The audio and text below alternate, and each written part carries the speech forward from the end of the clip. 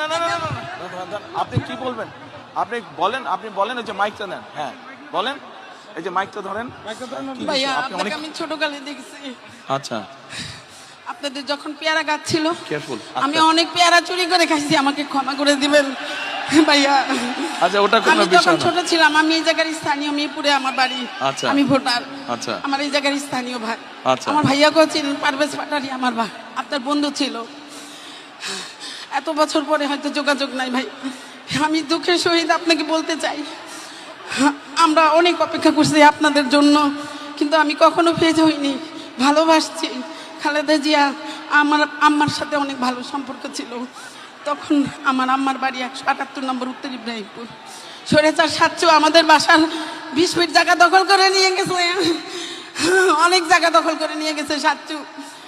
আমি এখন বলবো, বুক ফুলায় বলবো, কারণ সাচ্চু আমাদের প্রতিবেশী, আওয়ামী লীগ ছিল, আমাদেরকে 17 বছর জ্বালায় মারছে। আমার ছোট ভাইকে জেলে নিছে, আমার মেজো ভাইকে জেলে নিছে। সবাইকে জিজ্ঞেস করে, নাম বলছি, এই সাচ্চু অনেক কিছু করছে। আমাদের 20 ফিট জায়গা 178 নম্বরে অনেক জায়গা দখল করে নিয়ে গেছে।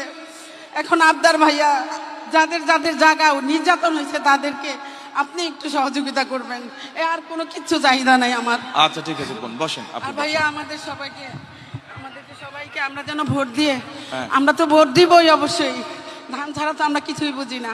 আমরা ভোট দিব, আমাদের এই 15-16 আসনের 17 আসনের সবাইকে আমাদেরকে একটু সুবিধা করে দিবেন, কারণ আমরা জনগণ অনেক ভুক্তভোগী। তাহলে আপনি যখন এখানে থাকেন, এখানকার তাহলে মূল সমস্যা কি? অন্যরা যা বলছে সেটাই মূল সমস্যা, পুনর্বাসন? হ্যাঁ আচ্ছা ঠিক আছে। ঠিক আছে। আচ্ছা বোন, ওকে।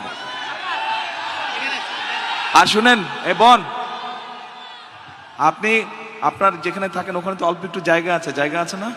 বাড়ির উঠানে জায়গা নেই? আছে, অল্প একটু জায়গা। 12 কাঠা ছিল জায়গা, 3 কাঠা নিয়ে গেছে। আচ্ছা যেইটুক জায়গা আছে ওখানে পেয়ারা গাছ লাগাবেন, পেয়ারা হলে আমাকে এনে দিবেন। ইনশাআল্লাহ। ভাইয়া ক্ষমা করে দিন, অনেক পেয়ারা ঠিক আছে। খাইছি আপনাদের কাছে। ঠিক আছে, ওই পেয়ারা যেটা খাইছেন আমার গাছ থেকে নিয়ে আমাকে 2টা পেয়ারা দিয়ে যাবেন, ঠিক আছে? গাছ লাগাবেন আপনি। আচ্ছা ভাইরা, মা বোনেরা, যেই কথাটি বলছিলাম যে আমি গতকাল থেকে, বোন আজকে হবে না, আরেকদিন ইনশাল্লাহ, আরেকদিন। আমি গতকাল চিন্তা করছিলাম যে এই এলাকার মানুষের মূল সমস্যা কি কি, ভাষান্তিকবাসীর মূল সমস্যা কি কি আমি আমার মতন করে জেনেছি, কিন্তু আজকে আমি আপনাদের কাছ থেকে সরাসরি জানতে চেয়েছি এবং আপনাদের মাঝে থেকেই কিছু মানুষকে আমি জিজ্ঞেস করেছি কি এলাকার সমস্যা। প্রিয় ভাই বোনেরা, আজকে এতটুকু আপনাদের সামনে আমি বলতে চাই যে আমি যেহেতু আপনাদের প্রার্থী, আপনারা বহু মানুষ এখানে আছেন, এই যে এক বোন বলে গেল ছোটবেলা থেকে উনি এখানে আছেন, আমিও এই এলাকায় ছোট থেকে বড় হয়েছি। এই এলাকায় যারা ছোট থেকে আমার মতন আপনারা বড় হয়েছেন, এই এলাকায় বহু মানুষ বসবাস করছেন গত 20, 25, 30, 40 বছর যাবৎ, গত 50 বছর যাবৎ।